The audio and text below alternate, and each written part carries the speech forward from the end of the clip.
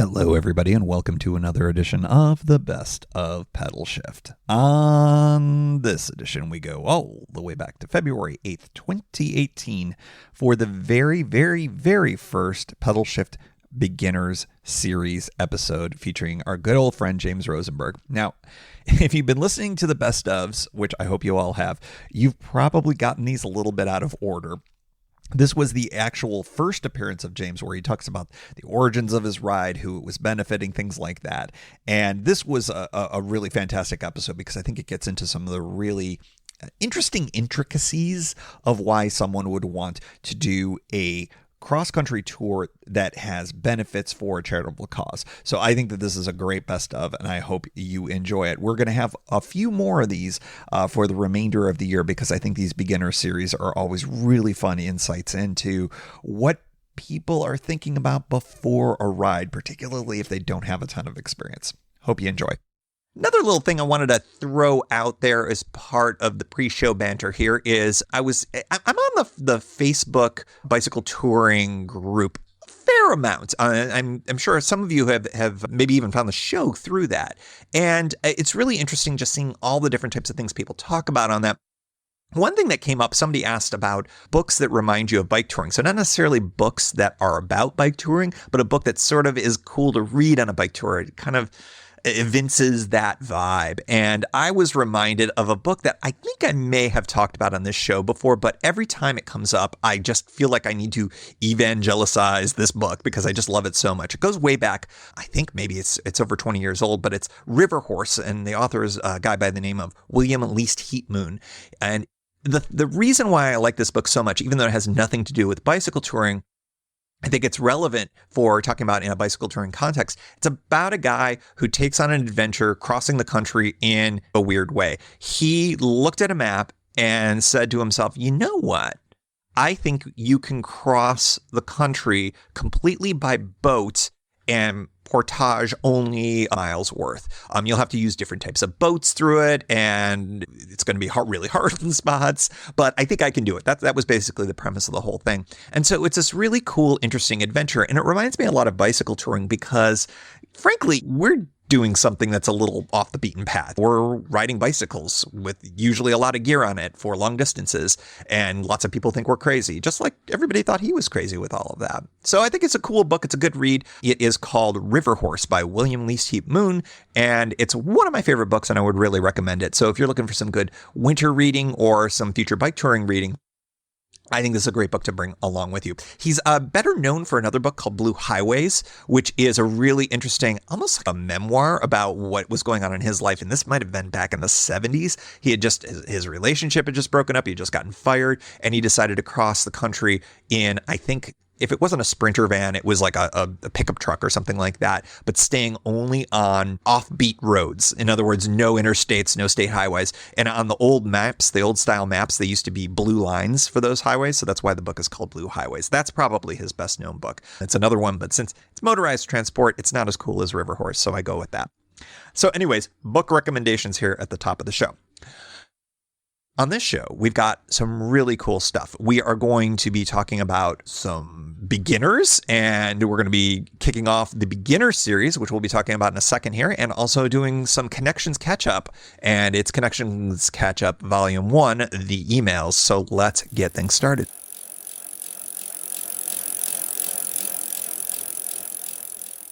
So we're going to try something new, lots of new things here in 2018. This is going to be the kickoff of the beginner series. And this is a new idea that I had, and a few other folks who wrote into the show also had suggested that we do an ongoing thing for beginners. I feel like that this show is a little more catered towards beginners and intermediates rather than the touring pros out there. Obviously, we talk about kind of advanced concepts, but I really wanted to focus in on this because I think that I always learn, even from somebody who is brand new, and I feel that that's the case for listeners to the show as well.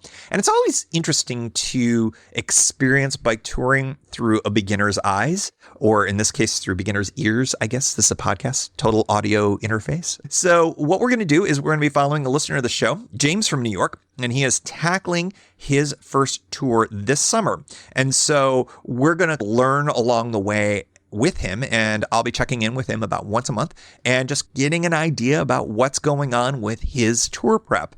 And he's got a whole bunch of different elements to this tour, and we'll talk about that here in the first edition of the Beginner Series. So without further ado, here's James.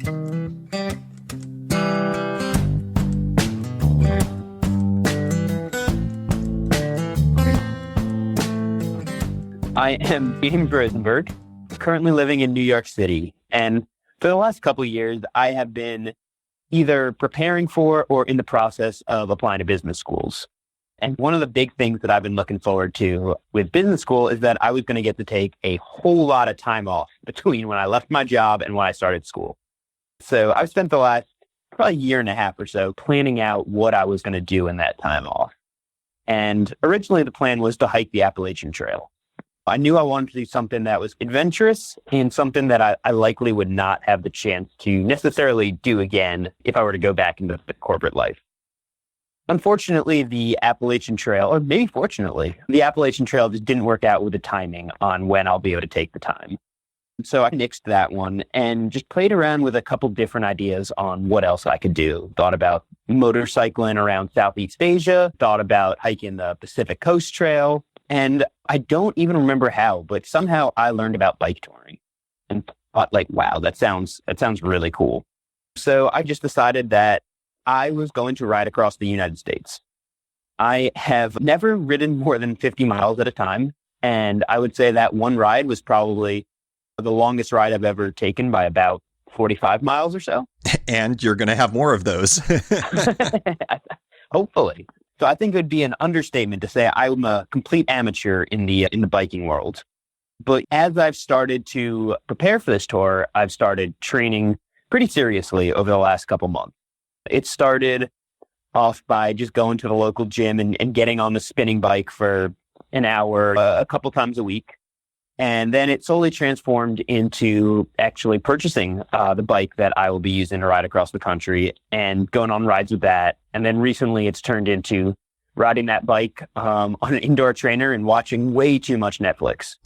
That is the winter way in New York City if you've got a bike, except every once in a while you can sneak in a few. It's tough this time of year in the Northeast. I rode to work yesterday and the ride to work really wasn't bad, but the ride home was miserable. I could not move my fingers by the time I got home. And to be fair, I was just dressed completely wrong for it. But you live and you learn. Yeah, totally. I'm curious. It sounds like you went through a bit of a progression here. And a lot of these things, like motorcycle touring Southeast Asia, the two big kind of Triple Crown trails. Have you figured out which of the cross-country routes you're going to do? And is it going to be something that you roll your own? Or are you planning on doing one of the ACA style ones like the Trans Am or the Northern Tier or something like that? Yeah. So originally I was going to do the kind of roll your own, see where you end up. But I'm not completely comfortable with living life on the fly. You know, the idea of going across the country is scary enough for me as it is that I decided there are some routes out there and I should probably follow one of them. So I am going to be following the Transamerica Trail across, I guess, going from Yorktown all the way over to Astoria. Gotcha. That was going to be the second question, which is which direction, because you could do it either way. And I hear lots of people are super evangelical about going one way or the other. Did you get into that at all? Or were you just like, nope, I want to go east to west? I got really into it. I was like, oh, well, the earth spins this way, so I want to go west to east. And then I said, fuck it. I used to live, oh, I'm sorry, I'm not supposed to curse probably. You've listened to this show, right? That's true. Fair enough. I have used that word on many an occasion.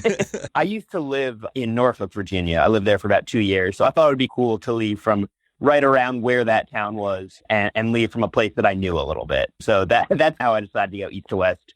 No real logic behind it or anything like that. Gotcha. Okay. So You've got a half-baked idea. You got a plan. You've put a lot of time into it. What's sort of in your planning stage right now? What's sort of the thing that is exciting you the most, and what is, I don't want to say worrying you, maybe concerning you the most as the biggest challenge for yourself? Definitely. Well, I'd say what's exciting me the most is kind of just the idea of being out on the road and doing something where I'm totally in charge. I choose how long I want to go each day. I am powering the bike at the end of the day, and I'm going at a speed where I can see what I want to see. And that was actually one of the things that made me want to do the bike ride rather than a motorcycle ride or something like that. Was I'm going to be going at a pace where if I want to stop on a shoulder and look at some site, I can do that. And that's just really cool to me. But what scares me most is, as of now, I am going to be going alone. So I'm not only going to be this guy that knows nothing, I'm going to be this guy that knows nothing all by myself. So the idea of being out there and camping out alone is something that scares me a good bit. But I'd say one thing that has reassured me is this podcast, and just knowing that the community really seems to be so strong. And you did the interview a couple ones back where you met this guy on the coast, and you rode with him for, was it a week or so? Yeah, a full week. And I've had that experience in other rides as well. You end up, especially on these well-trodden rides, the Trans Am being probably the most known one in the States for cross country, you're probably going to be riding with somebody that is going to be on the same route as you. And if you're cool with them, you may ride hundreds and hundreds of miles, or maybe even the entire route. It may just be happenstance, or you may run into some jerk that you want to lose. And then you just take a 0 day and then you're fine. Exactly. So that actually reassured me a whole lot. And then hopefully I'm working on the process of convincing one of my friends to bike along with me as well. So quelling those fears it turned it from a dream into a reality, I would say. I think that's awesome. I think that since this is going to be part one of sort of a multi-part discussion with you, is there anything that the community or I can give you in the right here and now that can be helpful for you in terms of motivation or information? Yeah, I would love to just hear about your experiences and other people's experience on that first trip, what you expected versus what you got. I've got this really clear image in my head of what I expect to happen. And I know it's not what's going to happen. So anything that you've got that kind of was different than what you expected would be pretty interesting to hear. Okay, I'm definitely going to share the story of my first tour, the first real tour I did on this episode that we record, and you'll get to hear that, the expectations versus what happened, and it has everything to do with the weather. So that can be maybe a little bit helpful. But also anybody else who's listening to this for a future episode, call into the hotline, email in the stories, and you can help James out by telling your story about expectations and whether they were met or not on your first ride. Talk about a little bit about the charitable component of the ride and your website. Definitely. So I am going to be doing this ride in association with iPoor. iPoor Life is a charity based out of Missouri, which less fortunate folks get on their feet and stay on their feet. And that's really the focus of the organization, is to make sure that people are being helped, but being helped sustainably. I was speaking to them the other day, and one of the women there had this great line. She said, like, if we do our job right, we work ourselves out of a job. And to me, that was just awesome. It goes back to the old adage of teaching a man to fish rather than just giving them a fish. It's always the way to do it. Exactly. So the exact program that I was going to be working on with them actually focuses on women in Ethiopia, and specifically in Kora, Ethiopia. Most of these women have either HIV or leprosy or some sort of fairly serious disease, which has caused them to be ostracized from the community. And as you can imagine, it's a terrible position to be in. So what this program does is it gives these women kind of a mini business school experience, a mini MBA, which focuses on the microeconomy and getting their smaller businesses up to speed, and then provides them with the capital they need to start a business. And the hope is, and what's happened in the past so far, has been that these women have taken the lessons that they've learned and the capital that they've received and started one company, and they've even started hiring their husbands, started hiring other people in the community, and have started second and third businesses in certain situations. So it's just really cool that you give them the training and you give them just a very small amount of money to start a shop, and they're able to just completely run with it. So it just really goes to show that someone who is fortunate enough to be born into a situation has this huge advantage, and just giving people that one little leg up allows them to really thrive, and just be so successful. That's really cool. I like the fact that this is, like, at the same time it's global, but at the same time hyper local too, because you're helping individuals to help better their communities. But this is also in a part of the world that could actually use a little bit of a hand up, it seems, from time to time. And that's fantastic. I'm glad to hear that you got this component to the ride. We will definitely be following that too.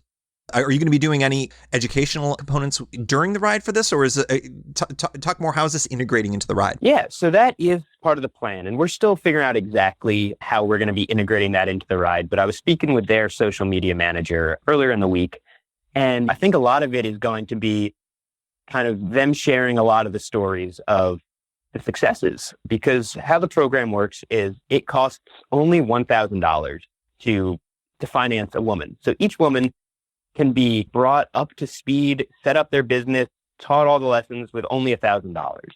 So what I4 Life has offered to do is just help tell the stories, show these examples of women who were really able to become, or were able to reach their full potential because we were able to give them just that little step up.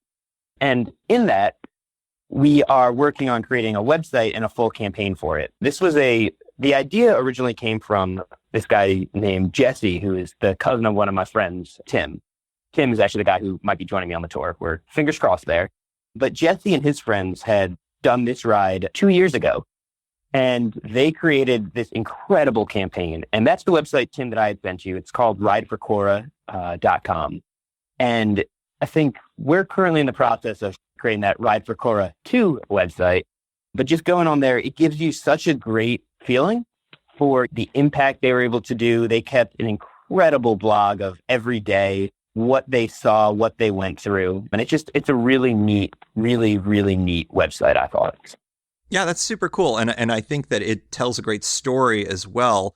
And this is something that would be really great for you to be able to build up. I also note that it looks like there was a film that was in the Film by Bike documentary series, which our friends at the Sprocket podcast are involved with structurally, if I recall correctly. I think, yeah. So that's super dope. It's a really cool film festival, and obviously there was a film made. So I'll have the link in the show notes for this, rideforcora.com, and you can check out the official selection, Film by Bike. I see it right there. So that's amazing.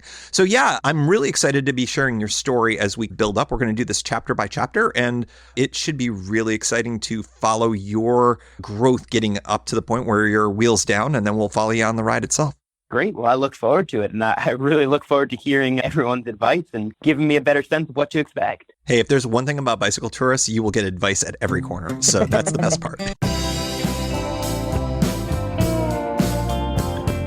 Thank you for joining. You can find Pedalshift at pedalshift.net for more great bicycle touring content. You can hear the Pedalshift project through Apple Podcasts or your favorite podcast app. Opening music courtesy of Jason Kent off his self-titled album. The track is called America. Check out his band Sunfield's latest release, Mono Mono, wherever cool music is available.